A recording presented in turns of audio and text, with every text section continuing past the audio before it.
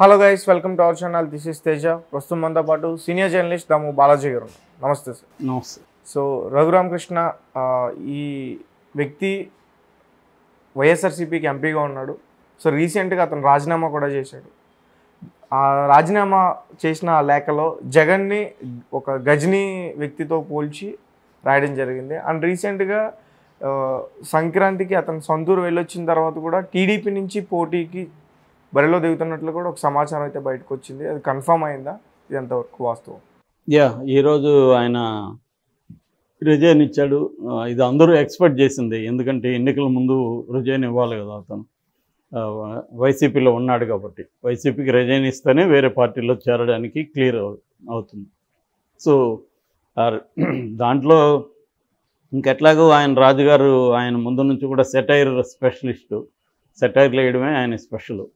అంతకంటే ఆయన నియోజకవర్గానికి చేసిందంతా కూడా తను ఎంటర్టైన్ చేశాడు. అది ఎంపీగా ఆయన చేసింది ఏంటంటే నియోజకవర్గ ప్రజల్ని సెటైర్తో ఎప్పటికప్పుడు ఎంటర్టైన్ చేయడమే వాళ్ళకి ఇచ్చిన గిఫ్ట్ అనుకోవచ్చు, ఈయన గెలిపించిన దాన్ని.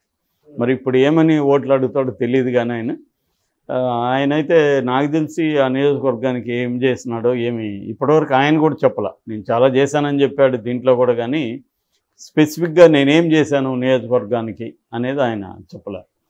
సో మొత్తానికి 3.5 సంవత్సరం నేను నా నియోజకవర్గ శ్రేయస్సు కోసం పాటుపడినానని చెప్పాడు. ఏం పాటుపడినాడు అనేది మనకేమీ చెప్పలేదు. సో మొత్తానికి ఏంటంటే అతను నిజానికి ఒక రాజకీయాల్లో ఒక రాజకీయ నాయకుడు, ఒక ఎంపీ ఎలా ఉండకూడదో ఒక ఎగ్జాంపుల్గా మనం అతన్ని చూపించవచ్చు. ఎందుకంటే అతను ఒక పార్టీ తరఫున ఎన్నికయ్యాడు. పార్టీ తరఫున ఎన్నికైనప్పుడు ఆ పార్టీలో నీకు నచ్చనప్పుడు, నీకు విభేదాలు ఉన్నప్పుడు ఆ పార్టీ నుంచి రిజైన్ చేసి బయటికి రావాలి.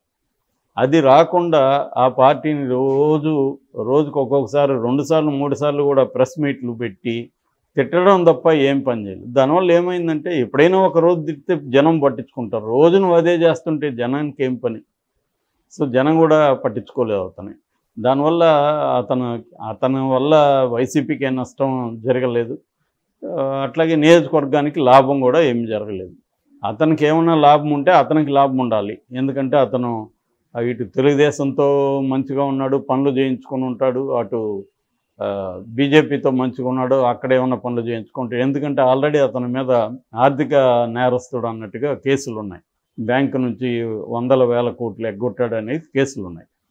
సో ఈ క్రమంలో ఈరోజు అతను లెటర్ రాశాడు. ఆ లెటర్లో మీరు మహమ్మద్ గజనీ లాగా నా మీద అనేక సార్లు నా సభ్యత్వాన్ని రద్దు చేయాలని ట్రై చేశారు, ఫెయిల్ అయ్యారు మీరు. సో నేనైతే మాత్రం ఈ 3.5 సంవత్సరంలో నా ప్రజలకు సేవ చేశాను.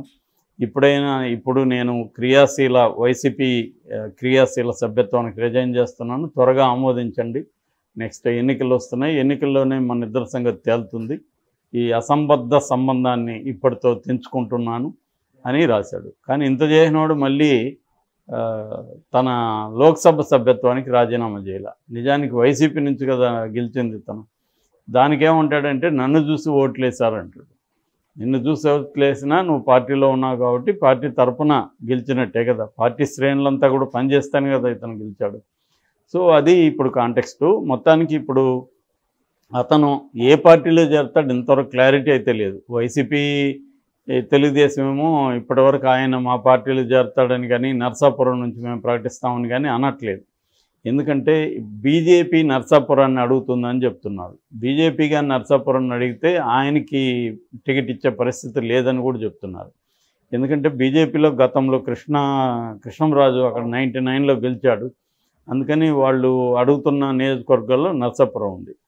సో కాబట్టి ఈయనకి టికెట్ వస్తుందా లేదా తెలియదు. ఒకవేళ బీజేపీకి ఇస్తే ఇంకా జనసేన టీడీపీ నుంచి ఈయనకి ఇవ్వనప్పుడు మరి ఈయన ఏం చేస్తాడనేది తెలియదు. ఇండిపెండెంట్గా పోటీ చేస్తాడా, లేకపోతే సైలెంట్గా ఉంటాడా, లేకపోతే జనసేన టీడీపీలో చేరి వేరే నియోజకవర్గం ఏమైనా అడుగుతాడా, ఇవన్నీ ఇంకా క్లారిటీ లేదు.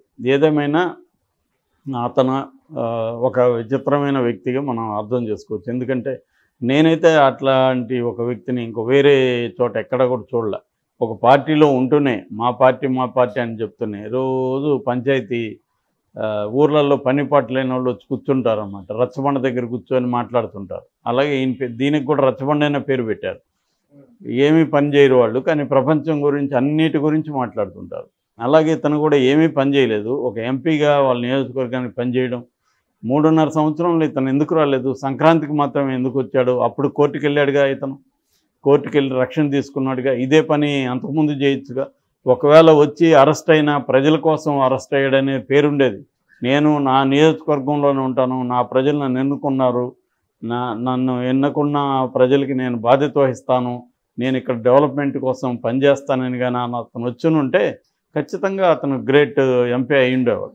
అవేవి లేకుండా దొంగమారిగా నెల్లూరులో ఢిల్లీలోనూ హైదరాబాద్లోనూ కూర్చొని టీవీల ముందు పేపర్ పులి అనేవాళ్ళు, ఇంతకుముందు పేపర్ టైగర్ అనేవాళ్ళు.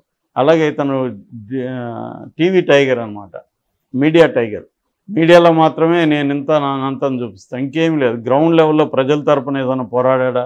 ప్రజలకు అనేక సమస్యలు ఉన్నాయి, జగన్ ప్రభుత్వం నుంచి అనేక ఇబ్బందులు ఉన్నాయి, దాని మీద ఒక ఎంపీగా ఇతను పోరాడా? పోనీ డెవలప్మెంట్ తన ఫండ్స్ వస్తాయి, ఎంపీ ల్యాండ్స్ ఫండ్స్ అంటారు, వాటిని ల్యాండ్ ఫండ్స్ అంటారు, వాటినంతా తీసుకొచ్చి ఖర్చు పెట్టాడా? ఎక్కడైనా తన దగ్గరుండి అభివృద్ధి కార్యక్రమాలు చేయించాడా? ఏది లేకుండా ఏ అథారిటీతో ఆయన గవర్నమెంట్ని కానీ ఇంకో దాన్ని కానీ ఎలా విమర్శిస్తాడు? ఇప్పుడు తెలుగుదేశం జనసేన అంటే విమర్శించే హక్కు వాళ్ళకు ఉంది, ఎందుకంటే వాళ్ళు ప్రజల ఇష్యూల కోసం పోరాడుతున్నారు. చంద్రబాబు ఈ వయసులో కూడా అనేక ఇష్యూల మీద జగన్ ప్రభుత్వం సంబంధించి పోరాడుతున్నారు. అట్లాగే పవన్ కళ్యాణ్ ఆయన వీకెండ్ వచ్చినా కనీసం కొన్ని స్పెసిఫిక్ ఇష్యూల మీద అయినా ఆయన పోరాడుతున్నాడు, ప్రకటనలు ఇస్తున్నాడు. అతను కన్సిస్టెంట్గా ఉంటున్నాడు.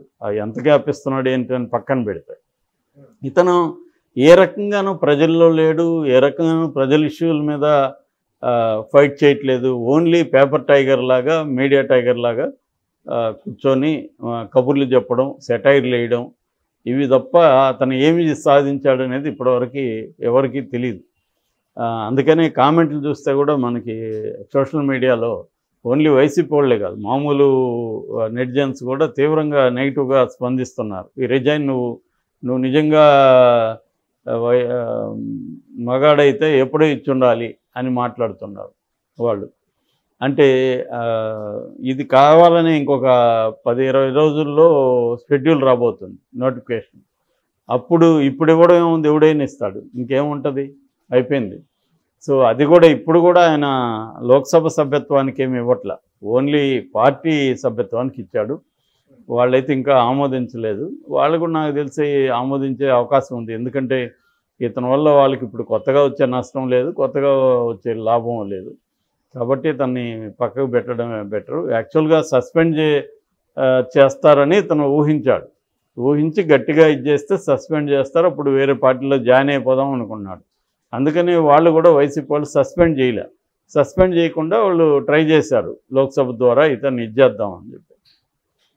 ఎందుకంటే సస్పెండ్ చేస్తే ఇతను వెళ్తాడు, సస్పెండ్ చేయకుండా వేరే పార్టీలో చేరడానికి లేదు, అది ప్రాబ్లం అవుతుంది.